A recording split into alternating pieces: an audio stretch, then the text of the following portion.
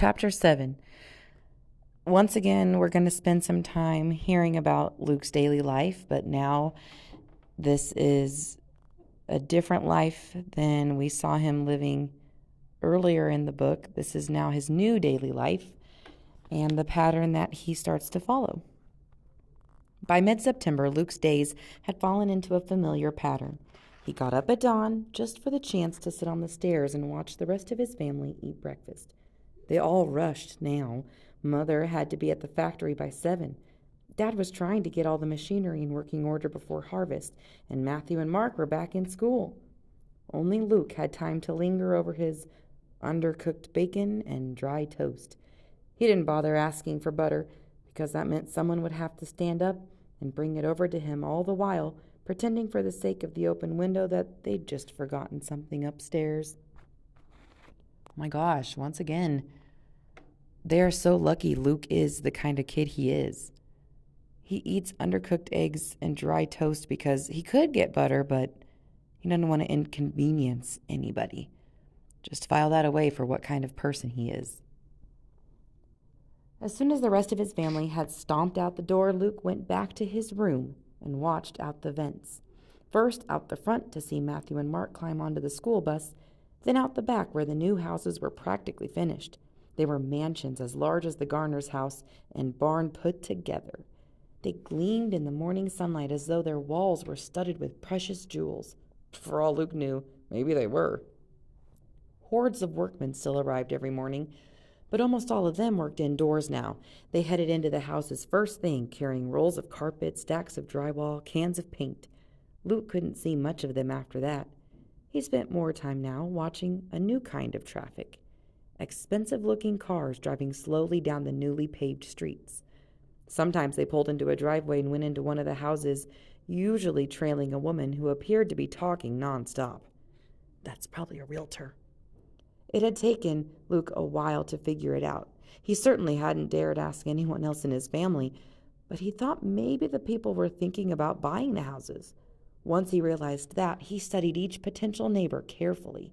He'd overheard Mother and Dad marveling that the people moving into the new houses were not just going to be city people, but barons. Barons were unbelievably rich. Luke knew. They had things ordinary people hadn't had in years. Luke wasn't sure how the barons had gotten rich when everybody else was poor, but Dad never said the word baron without a curse word or two in front of it. The people streaming through the houses did look different from anyone in Luke's family. They were mostly thin, beautiful women in form-fitting dresses and heavy-set men in what Luke's dad and brothers called sissy clothes, shiny shoes, and clean, dressy pants and jackets. Luke always felt a little embarrassed for them, showing up like that.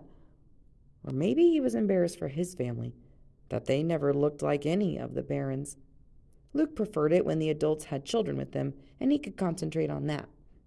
The smallest ones were always as dressed up as their parents, with hair bows and suspenders and other gewgaws Luke knew his parents would never buy. The older kids usually seemed to be wearing whatever they'd grabbed first out of their closet that morning. Though he knew no one would dare show up with 3 kids, he always counted 1, 2, 1, 1, 2. What if a family with just 1 kid moved in behind them, and he sneaked into their house and pretended to be their second child? He could go to school, go to town, act like Matthew and Mark. What a joke. Luke, living with barons. More likely he'd be shot for trespassing or turned in. When he began thinking things like that, he always jumped down from his perch by the vent and grabbed a book from one of his dusty stacks by the eaves. Mother had taught him to read and do math as much as she knew herself. "At least we have a few books for you," she often mumbled sadly when she left in the morning. He'd read all their books dozens of times, even the ones with titles like Diseases of the Porcine Species and Common Grasses of Our Countryside. His favorites were the handful of adventure books, the ones that let him pretend he was a knight fighting a dragon to rescue a kidnapped princess, or an explorer sailing on the high seas, holding tight to a mast while a hurricane raged around him. So he clearly has some very boring nonfiction books. He has a few fiction adventure books, and he prefers the fiction. He liked to forget he was Luke Garner, third child, hidden in the attic. Sometime around noon, he'd hear the door from the mudroom to the kitchen swing open, and he'd go down and eat at the same time as his dad.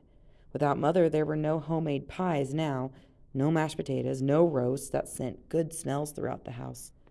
Dad always made 4 sandwiches, checked to make sure no one could see him, then handed 2 of them to Luke in the stairwell. Dad never talked. He'd explain that he didn't want anyone overhearing him and wondering, but he did turn on the radio for the noon farm report. There was usually a song or two after that before Dad silenced the radio and went outside to work again. When Dad left, Luke went back to his room to read or watch the houses again. At 6:30, Mother came home. She always stopped in and said hi to Luke before rushing out to do a whole day's work in the few hours before bedtime. Usually Matthew or Mark came up to visit him too, but they could never stay long either. They had to help Dad before supper, then do homework afterwards. And they always had been nicest to Luke outdoors. Before the woods came down, the 3 of them often had played kickball or football or spud in the backyard after school and chores. Matthew and Mark always fought about who got to have Luke on his team, because even if Luke wasn't very good, 2 boys together could always beat the third. Now they played half-hearted games of cards or checkers with Luke, but Luke could tell he'd rather be outside. So would he. He tried not to think about it. The best part of the day came at the end when Mother tucked him in. She'd be relaxed then. She'd stay for an hour sometimes, asking him what he'd read that day or telling him stories about the factory. Then one night, when she was telling how her plastic glove had gotten stuck in a chicken she'd degutted, Mother suddenly stopped in the middle of the sentence. "Mother?" Luke said. She answered with a snore. She'd fallen asleep, sitting up. Luke studied her face, seeing lines of fatigue that hadn't been there before, noticing that the hair around her face now held as much gray as brown. "Mother?" he said again, gently shaking her arm. She jerked. "But I cleaned that chicken all—" "Oh, sorry, Luke. You need tucking in, don't you?" She fluffed his pillow, smoothed his sheet. Luke sat up. "That's okay, Mother. I'm getting too old for that, and he swallowed a lump in his throat. "Anyway, I bet you weren't still tucking Matthew or Mark in when they were 12. "No," she said quietly. "Then I don't need it either." "Okay," she said. She kissed his forehead anyhow, then turned out the light. Luke turned his face to the wall until she left. Just a few things to discuss here. Luke is getting quite an experience watching all these families come in and view the houses to potentially buy them. He's never seen anyone besides his family.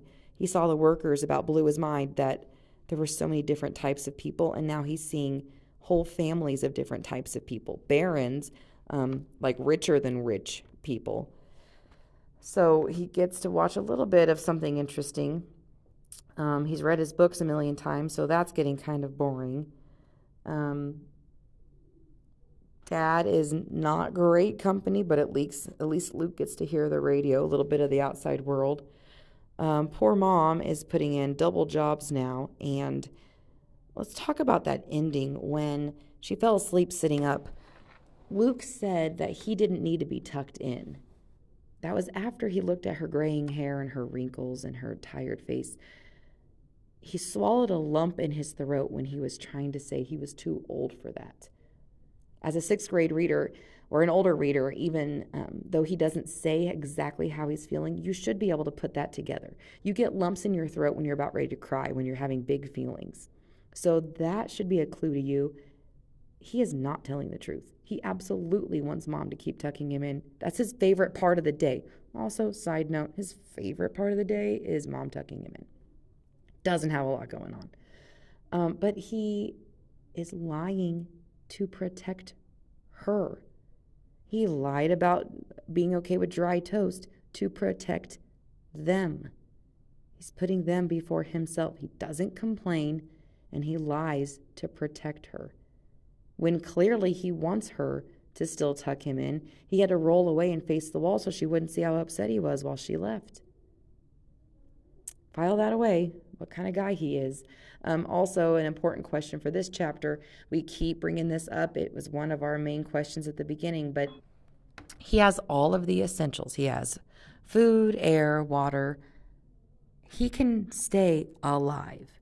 But is that a life?